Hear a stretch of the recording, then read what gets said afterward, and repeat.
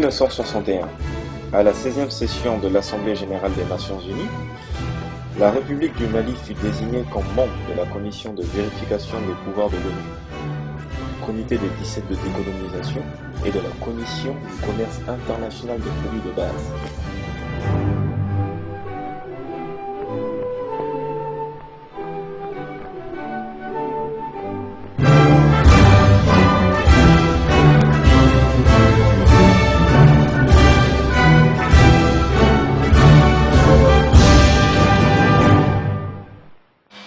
À l'ONU, pour son sérieux, pour son intransigeance face à la défense du neutralisme positif, un des principes directeurs de sa politique extérieure, le Mali reçut un soutien unanime du groupe africain pour être désigné à siéger au Conseil de sécurité commandement permanent.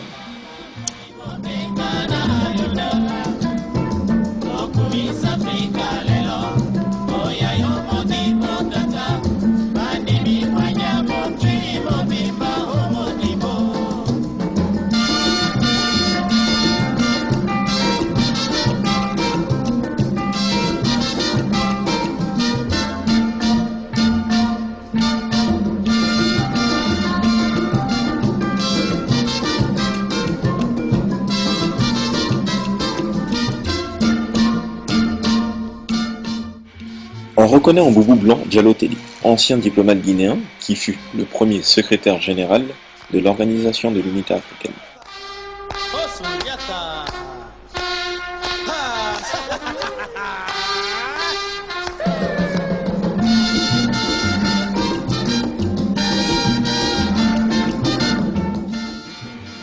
Modibo Keïta fut le premier président de la République du Mali, de 1960 à 1968.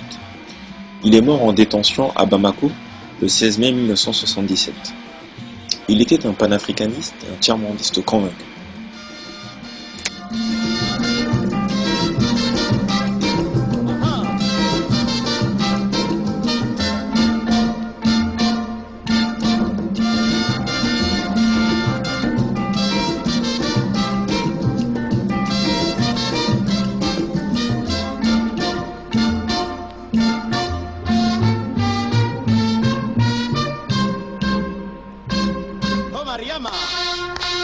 Monsieur le Président, je ne saurais terminer ce chapitre comme l'a affirmé le président de la République du Mali à la conférence de Belgrade. Les puissances étrangères devraient s'abstenir de toute ingérence dans les affaires intérieures de ces pays divisés. Et par la négociation, leurs peuples doivent retrouver leur unité nationale. Le gouvernement de la République du Mali est en effet convaincu que la pratique qui consiste à diviser des peuples qui ont toujours constitué une entité nationale est une menace permanente pour la paix. Et qu'il y a concrètement aujourd'hui deux États allemands, deux gouvernements allemands, deux États vietnamiens, deux gouvernements vietnamiens, deux États coréens, deux gouvernements coréens. Il faut donc admettre ces réalités et inviter les représentants de ces gouvernements respectifs à discuter objectivement des conditions de réunification de leur peuple.